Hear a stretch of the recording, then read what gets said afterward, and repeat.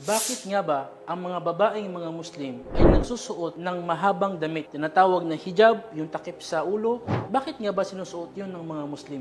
Para po sa inyong kaalaman, ito po ay kautusan ng dakilang tagapaglikha. At pangalawa, ito ay paraan ng mga propeta.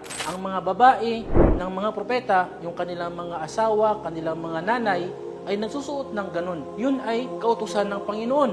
Tulad ni Birheng Maria, siya ay nagsusuot ng hijab, yung mahaba, yung talukbong, yung mahabang damit, sapagkat siya ay isang Muslim.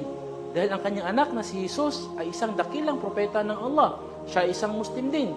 So bilang mga Muslim, sumusunod lamang kami kung ano yung ginawa ng mga propeta. At itong pagtatakip ng mga babae, ito po ay proteksyon ng kanilang kababaihan.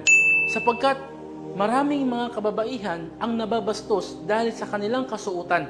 Ngayon, ang isang babae ay binigyan niya ng karangalan, dignidad, ang kanyang pagkababae, ay hindi niya ipapakita sa mga tao ang kanyang kagandahan. Kumbaga, hindi siya para sa lahat.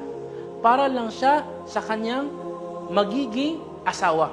Kaya nga sa Islam, napakataas ng tingin namin sa mga babae. Hindi pwedeng magsuot sila ng damit na nakikita yung hugis ng katawan, sapagkat yun ay nakapagpababa ng kanilang karangalan. Sa Islam, inutos na magsuot ang babae ng ganong damit, ng mahabang damit, dahil napakataas ng tingin ng Islam sa karangalan ng isang babae. Kaya ikaw na babae, mag-isip ka kung ano yung katuruan na tatanggapin mo.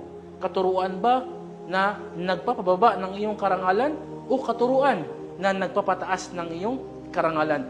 Welcome po lahat sa reliyong Islam. Pag-aralan po natin ang Islam at marami po kayong matututunan, inshallah ta'ala, at hintayin po namin kayo dito